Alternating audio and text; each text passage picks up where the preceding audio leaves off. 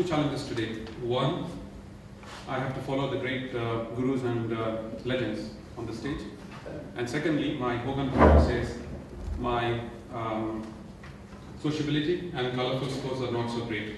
So bear with me. My presentation is not going to be intellectually challenging.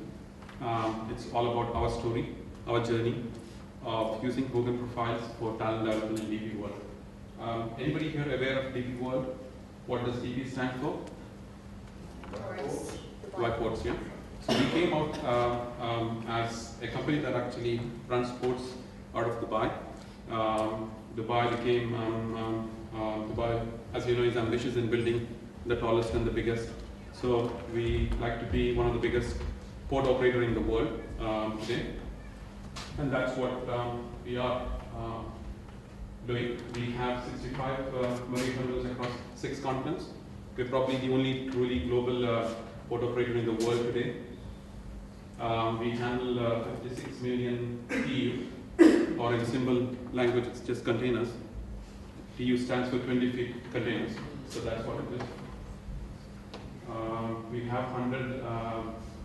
We actually plan to increase our capacity to 100 million containers in the next 7 years or so. We have a team of 28,000 globally, which is our workforce that is actually running all of our ports globally. And that's actually not managed all from Dubai. So that's a model that we need to note, because that's one of the challenges in running a program like this, because everything, all the HR decisions, human capital decisions are not made in Dubai. It's basically spread across all the 65 business units of ours. We, just to show how big we are, we have a revenue of $3.3+ billion annually, which is where we come from. We continue to win some. This is probably my attempt to actually being colorful. We have a bit of one bit of awards. Our flagship terminal in Dubai, Jebel Ali, has actually won the Best Seaport Award in the Middle East. Believe it or not, we continue to win it for the 19th time. So that's where we are. And a few other awards worth mentioning. So this is a view of the Jebel Ali Terminal. If any of you get to Dubai, please let me know. Happy to show you what our facility looks like. It's a pretty big facility. The length of this quay where the ships literally park the ships, that's 20 kilometers. So we are talking about more than 65 ships being served at the same time. So it's a pretty big facility actually. It is the 9th biggest port in the world today, and it is the world's largest man-made port between Rotterdam and Singapore.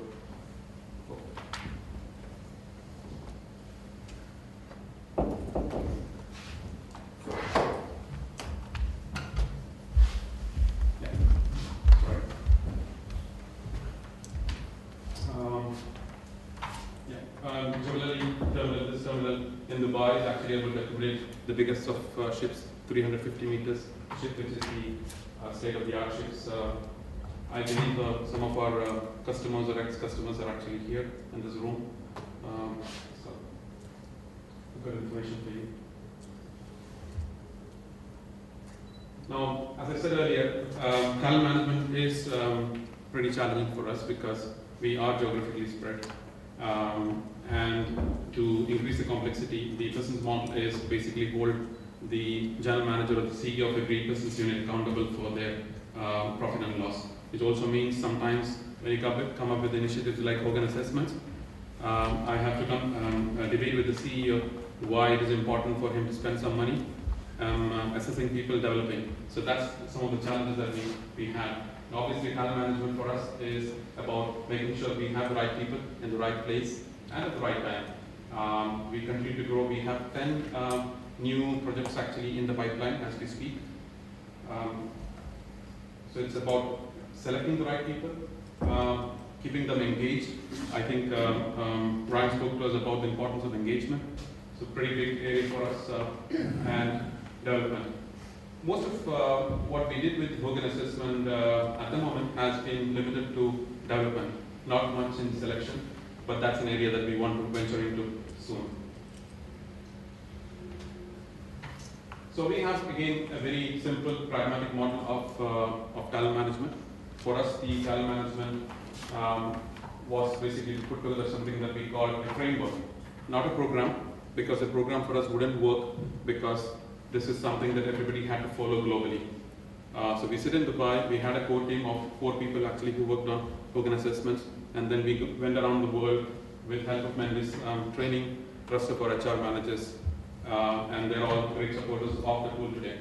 So what we did is we actually took 3 areas of talent management, which in the past was actually pretty much distinct of performance management, which is about how you performed on your current role, succession planning, which was all talking about what you should be doing in the future, or who is available to do things in the future, and learning development, which is the bridging the gap between the two. So what we try to put together through the framework is trying to make sure that the performance management to succession planning is actually bridged through learning management. And one of the tools that we use is obviously Hogan assessments. So what we took is the performance management data, went through assessment, and we used that for planning the future of the organization. And that actually then results in development plan. And there's a lot of Hogan that actually plays in all of these stages, driven by personality. The other aspect of talent management for us is talent management is not just about the organization, it's also about the individual. So for the organization, when you answer what do we need to have in the pipeline to meet all the requirements of the future, it's also important for the individual to know how he's doing with the organization, what's next for him. So it's both the dimensions actually. There's quite a few things that actually led us to doing this framework. One, we saw the age profile of our senior team who would need to move on to different things, and we need to be geared up for that. We saw key skills, many key skills not there in the business. We saw a lot of new locations coming. Not all are very attractive. Not all are Dubai really. So we needed to find people who would basically be able to move into those locations after and train them. And that's one big goal for us. And we also looked at stats which said 55% of our key roles were actually recruited from outside. And Ryan told us the risk of actually doing that because probably there is higher level of higher probability of failure than trying to develop people internally based on the stats that we just saw. So that's one thing that we had to look at. And a few other things around our business plans and how aggressive it was, the need to do something. What we took initially for the framework, we basically created standards for these 8 roles. Now these are very generic terms that I use here so that you all follow what we do. So this typically represents the top team of a business unit that we have, as you would expect. So at the top is a general manager who's also called the CEO in some of our locations, and 7 of his direct reports are basically what you see here. These are the roles that we actually took on a global basis and said we need to actually do something about it. Not just from a perspective of who's holding the job currently, but also who will hold the job in the future. So from a succession planning. So these roles actually involve around 600, 500 people, which includes their potential successors to these roles. So this is how our simple framework looks like. So we have, like any process, we have the input, a process and an output. So one of the input is the Hogan assessments that we do. So initially we did it, I should admit that when we did all the 3 assessments, it was so overwhelming that the whole process actually became from PDF to Hogan process. And then since we have been able to have more people converted, more people comfortable with the tool, we have been able to understand that Hogan is important, but Hogan is not the only thing that we do, because it came back in a negative way because of 3 assessments, and then feedback around that actually took a bit of time, because we were also like struggling, we were new into it, so we were struggling as a global team to do that. But that's now well placed in our assessments. So we do 360 and competency assessment. So So we're actually trying to move away from 360, and I'll talk about it in a minute. We also look at the functional and technical capabilities of the individual, which is the other assessments that you need. We don't want to discount that. Now, as you would imagine, our industry is highly blue collar. So most of our traditional managers are still very much on IQ and knowing the business. Let's go out and get the box moving. Nothing else really. So it's been pretty hard journey for us to actually sit at the table and convince the business users, guys, this is not it. We need to look at other factors, which is where it took a bit of time. But then when they started seeing the results, they started supporting this. So all the assessments are compared against the framework we developed for each of those roles that you saw on the screen. So we would basically create some standards. This was coupled with feedback sessions and coaching. And then we had only two objectives in mind, clearly. We wanted to have a realistic succession plan for each of these key roles. And we wanted to ensure these succession plans were supported by individual development for plans by the individual. So in the past, we had succession plan which was more around who the CEO thought was the best to succeed or whom he liked, and individual development plan was never there. And we tried to basically ensure that this process actually resulted in both. So that's basically been the objective for us in doing this. So this is again how the Hogan process, if I blow up this in the previous screen, the Hogan process looks like for us. We do all the three assessments. We have in fact actually mapped these into our leadership competencies. That is the first time I felt that I was becoming from a talent management person to a psychologist. But somehow with help from Mentis, we have got over it and pretty comfortable with what we have now. There are still people challenging us on this mapping, but it's been a good step that we have taken. So we provide feedback initially. That's what we do first. We let the information sink in, and then we basically go back to coaching.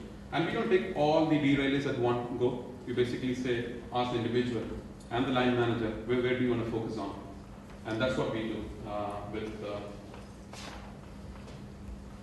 and that then actually is embedded in the individual development plan, so that it's a holistic plan of all the assessments, not just the technical bits. We also started using the team report as well.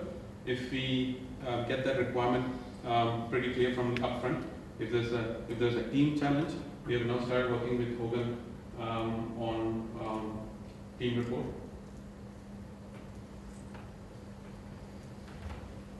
This is the challenge that I was talking about. So as simple as filling the HPI scores and HCS scores, and then being able to predict or kind of saying more likely, less likely, moderate on the leadership competencies. So this was the challenging bit that we undertook with help from Mentis.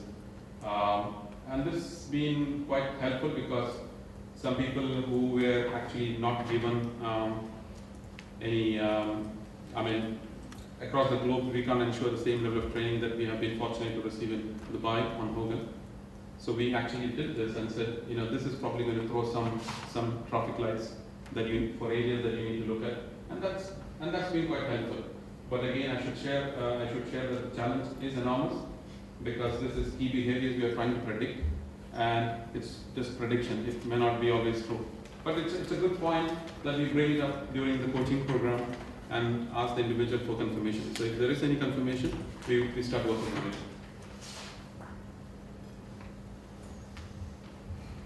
Are you trying to read this? It's purposely meant not to be read, so. Okay. Dr. Hogan might actually recognize this. I stole this from one of his research papers. This is a simple model that we follow when it comes to convincing our line management why personality is important for performance. So we basically say it's all about the leadership style, which actually impacts the attitude of the employee and the functioning of the team, which is eventually resulting in organizational performance. So we just say this is why we need to basically use personality assessments in our business. Now, prior to Hogan assessments, what we did is we used 360-degree assessments in our business. And that's all about going around and saying, let's find 5 or 6 people around you who can assess you.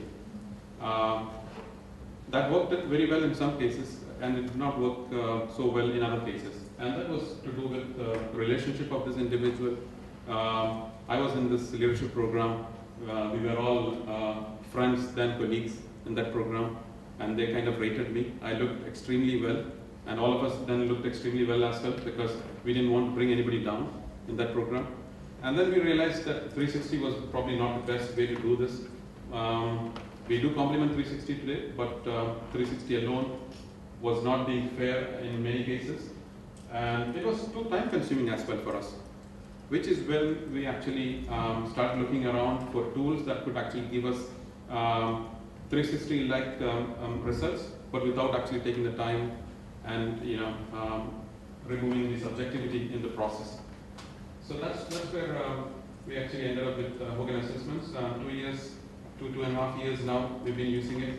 I'm happy to say that we're pretty happy with the decision.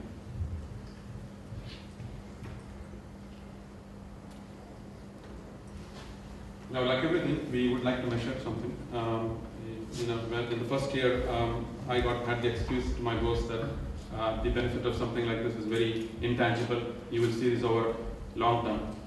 Yeah, I use the word strategic a lot because to say that don't ask me for the results now. But still, at the end of the day, he did ask me how we were doing, and actually I had to measure. And this is basically what I can tell you from a number perspective. 2 years down the road,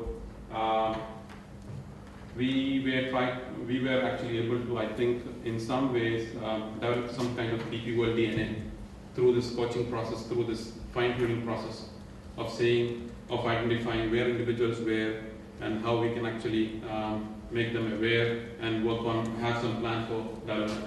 So, believe you are actually creating a DP World DNA in the process. 80% of our critical roles globally now have a reliable succession plan, a plan that can actually be executed. So that actually means we would have somebody ready in no more than 2 years time frame based on development plan. So that's again an achievement. We just concluded this year's employee engagement survey a few months ago. The results are not published yet, which is why I can't actually blow this up again. But what we saw is we actually work with Towers Watson and compare our performance, employee engagement performance against their indexes. And what we see is these areas of performance management, development and growth, learning and development, leadership, empowerment, the trust in my line manager kind of things have actually moved forward, which is actually great news for us. Some of we intend to actually do some more KPIs in the future. But again, for something like this, I think it takes a bit of time. And we are patient. My boss is not necessarily. So that's a challenge we're going through. And we'll have some KPIs next time we present our case.